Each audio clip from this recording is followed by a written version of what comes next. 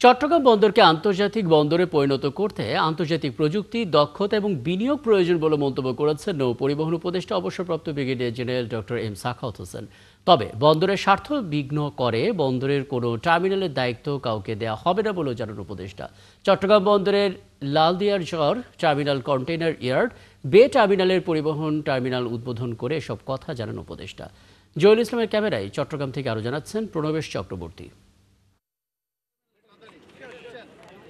চট্টগ্রাম বন্দরে জাহাজ প্রবেশে জোয়ার ভাটার উপর নির্ভর করতে হয়। এছাড়া ৯.৫ মিটারের বেশি ড্রাফটের জাহাজ ভেড়ানো যায় না। তাই বন্দরের সক্ষমতা বাড়াতে লালদিয়ার চর টার্মিনাল ও বে টার্মিনালের উপর গুরুত্ব দিচ্ছে চট্টগ্রাম বন্দর কর্তৃপক্ষ। সোমবার সকালে লালদিয়ার চর কন্টেইনার টার্মিনাল ও বে টার্মিনালের পরিবহন টার্মিনাল উদ্বোধন করেন নৌ উপদেষ্টা।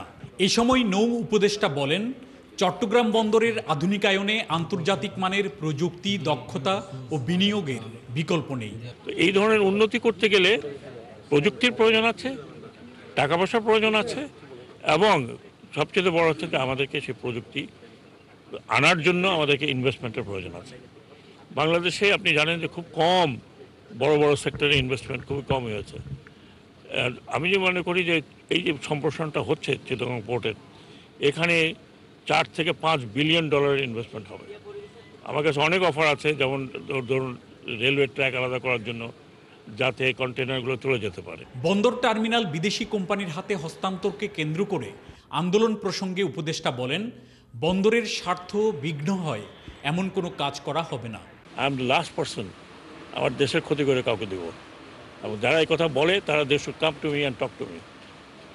আই এম লাস্ট পারসন, আমার দেশের ক্ষতি হবে আর আমি এটা দিব।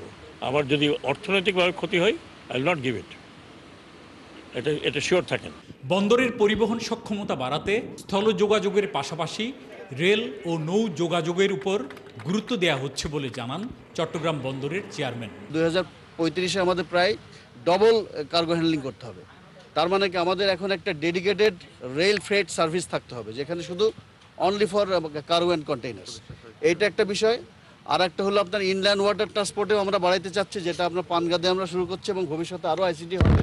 চট্টগ্রাম বন্দরের ট্যারিফ বৃদ্ধির বিষয়ে হাইকোর্ট 1 মাসের নিষেধাজ্ঞা দেয় এ বিষয়ে সিদ্ধান্ত পরে জানানো হবে, জানান উপদেষ্টা। প্রণবেশ চক্রবর্তী, 71, চট্টগ্রাম।